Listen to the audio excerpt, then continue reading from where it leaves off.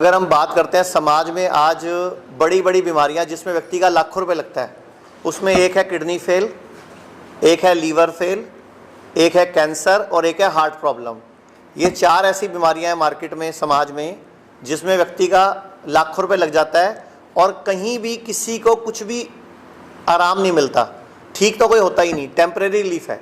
अगर किसी को हार्ट की प्रॉब्लम हुई, हमें बोला जाता है कि उसके स्टंट डाल देते हैं, तो स्टंट कोई इलाज नहीं है, एक टेम्परेरी व्यवस्था है। उस नली के बीच में एक स्प्रिंग डाल दिया, उस नली के ब्लॉकेज को थोड़ा दूर कर दिया, गायब नहीं करा, कहीं गई नहीं वो ब्लॉकेज।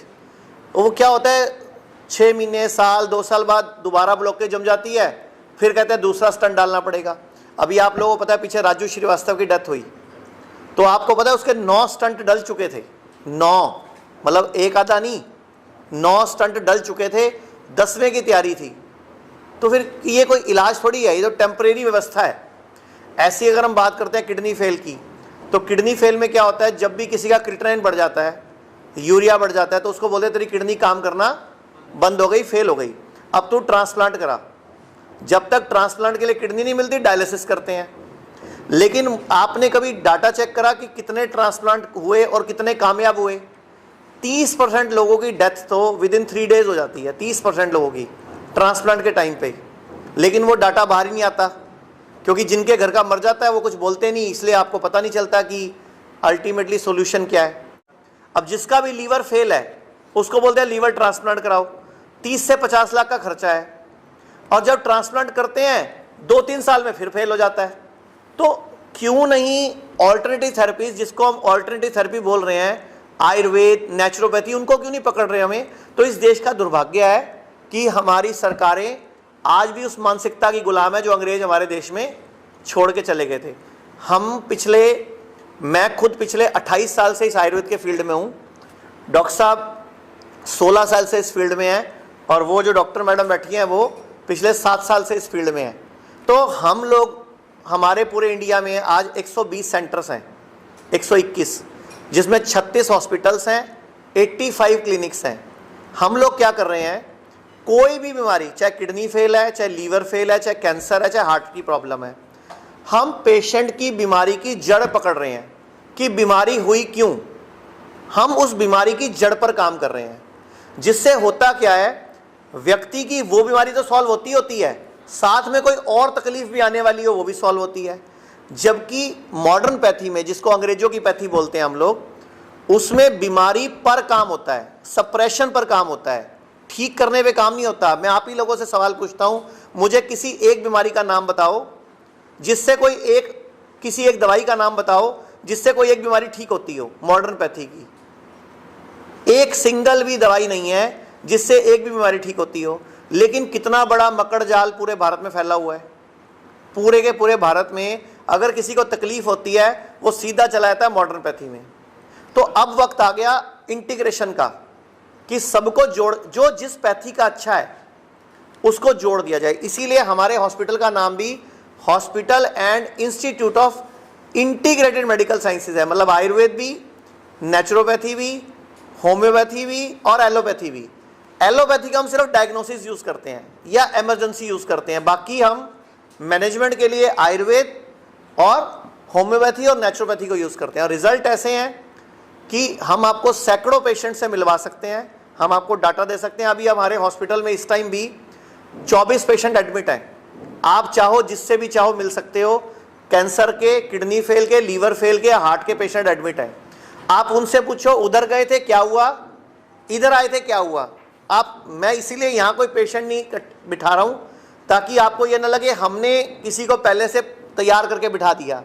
आपका जिससे दिल करे उससे सवाल पूछ लेना, जिससे दिल करे उससे अपनी मन की सारी निकाल लेना, ताकि आपको एक्चुअल में तसल्ली हो। ये अभी हमारा छोटा हॉस्पिटल है, मुंबई वाला 150 बेड का। मेन हमारा हॉस्पिटल सबसे बड़ा जो है वो दिल्ली के पास मेरठ के बॉर्डर पे 1000 बेड का, जो एशिया का सबसे बड़ा इंटीग्रेटेड हॉस्पिटल है। उसको हमें वर्ल्ड बुक ऑफ रिकॉर्ड की तरफ से एशिया के सबसे बड़े का अवार्ड भी मिल चुका है। उसमें हम यही 4 बीमारियां, cancer, kidney fail, liver fail और हार्ट के पेशेंट पे काम कर रहे हैं। कि बीमारी कोई भी हो, बीमारी की जड़ पर काम करो। कि जैसे हम महाराष्ट्र में बैठे हैं, तो महाराष्ट्र सरकार से आप लोग अपील करो, हमारी तरफ से, आपकी तरफ से भी होनी चाहिए, जितने सरकारी कर्मचारी हैं इनके कार्ड बने होते हैं वो सिर्फ एलोपैथी में चलते हैं, कहीं और नहीं चलते। जबकि राजस्थान सरकार, दिल्ली सरकार, हरियाणा सरकार और केंद्र की सरकार दिल्ली में वो कार्ड अब दोनों जगह चलने लग गए हैं, आयुर्वेद में भी चलने लग गए हैं और एलोपैथी में भी। तो हमारी डिमांड ये है कि महाराष्ट्र सरकार को भी ऐसे करना चाहिए कि वो कार्ड आयुर्वेद में भी चले, एलोपैथी में भी चले। एक सरकार ने जारी किया है वो सिर्फ एलोपैथी में चलता है। और दूसरा जो आयुष्मान योजना है देश की, वो आपके यहाँ दीनदयाल के उसके ज्योतिबा फूले कुछ नाम से है आपके यहाँ योजना, वो योजना में भी जो कार्ड है 5 लाख का गरीब आदमी का, वो एलोपैथी में चलता है, महात्मा ज्योतिबा फूले। तो वो मैं रिक्वेस्ट करूंगा कि वो कार्ड दोनों जगह चलना चाहिए, आयुर्वेद में भी। सरकार का पैसा बचेगा एक तो, क्योंकि आयुर्वेद में इलाज सस्ता है। जैसे मान लो किसी को डॉक्टर ने बोला घुटने बदलने पड़ेंगे, तो घुटने बदलने का कम से कम खर्चा 1.5 लाख का है। आयुर्वेद में 30-40 हज़ार में जानू बस्ती से वही घुटना ठीक हो जाता है। हमारे पास सैकड़ों पेशेंट है घुटना ठीक हुए, ऑपरेशन की जरूरत ही नहीं होती। ऐसे आंखों का ऑपरेशन का वो कार्ड चलता है आयुर्वेद में, अक्षय तर्पण से आंखों का ऑपरेशन की जरूरत ही नहीं है। रीढ़ की हड्डी का ऑपरेशन करते हैं आयुर्वेद में, पृष्ठवस्ती है। मतलब जितना एक होटल में रोज रहने का खर्चा है उतने में तो हमारा सारा इलाज हो जाता है। मतलब रहना भी उतने में, खाना भी, पीना भी, साथ में थेरेपी भी, डॉक्टर की फीस भी और साथ में उसके नर्स की फीस भी, उस पूरी फीस में सब कुछ इंक्लूड है। मतलब इतना सस्ता है आयुर्वेद। और सबसे बड़ी बात है सारे हेल्थ इंश्योरेंस भी चलते हैं अब तो वो और भी फ्री हो गया आपका। तो वो आयुष्मान योजना में आयुष तो है ही नहीं, मान पता नहीं किस बात का है। तो अभी हम लोगों ने पिछले महीने इसी 15 दिन पहले दिल्ली हाई कोर्ट में एक PIL डलवाया है। एक एडवोकेट है अश्विनी उपाध्याय, उन्होंने PIL लगाया है और आप हैरान होंगे, वो कहते हैं देश में पहली बार ऐसा हुआ है कि PIL पे पहले दिन ही भारत सरकार, हेल्थ मंत्रालय, आयुष मंत्रालय, मिनिस्ट्री, सबको पहले दिन नोटिस हो गया कि क्या मजाक है, नाम आयुष्मान योजना है, इसमें आयुष कहाँ है। मतलब पहली बार ऐसा हुआ कि पहली PIL की पहली सुनवाई पे सरकारों को नोटिस हो गया और 1 महीने में जवाब मांगा है दिल्ली हाईकोर्ट ने कि आयुष्मान योजना में आयुर्वेद क्यों नहीं है, तो लेके आओ इसको। अब वो देखो क्या जवाब देते हैं, अभी 15 दिन हो गए हैं उसको। आप लोग ये ब्राउन टॉप है, प्रोसो है, फॉक्सटेल है, कोडो है, लिटिल है, इनमें सब में 8 से 12% फाइबर होता है। जबकि मैंने बताया गेहूं में कितना है, 1%। अब आप बताओ गेहूं खा के शुगर होगी कि नहीं होगी?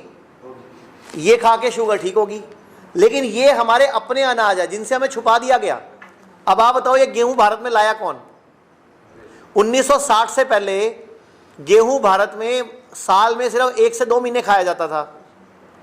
आज पूरा साल 24 महीने, 12 महीने और 24 घंटे जब आपको भूख लगती है गेहूं की रोटी खाते हो आप।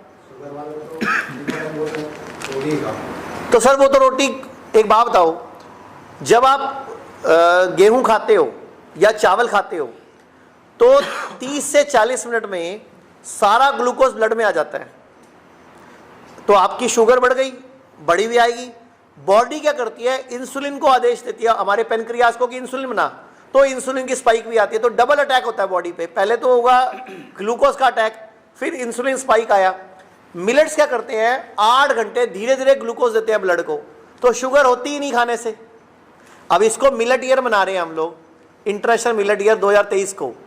लेकिन हमारे जो डॉक्टर खादरवली हैं जिन्होंने मिलेट भारत में इंट्रोड्यूस किए, 20 साल से लगे हुए थे, इस बार उनको पद्मश्री भी मिला 2022 में।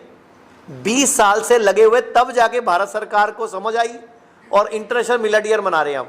मुंबई में हॉस्पिटल अभी शुरू किया हमने 5 महीने पहले, और ये NABH भी हो गया, national accreditation board of health, एक सर्टिफिकेट होता है जिसके बाद सारे हेल्थ इंश्योरेंस चलने लग जाते हैं हमारे पास। तो अब वो हो गया।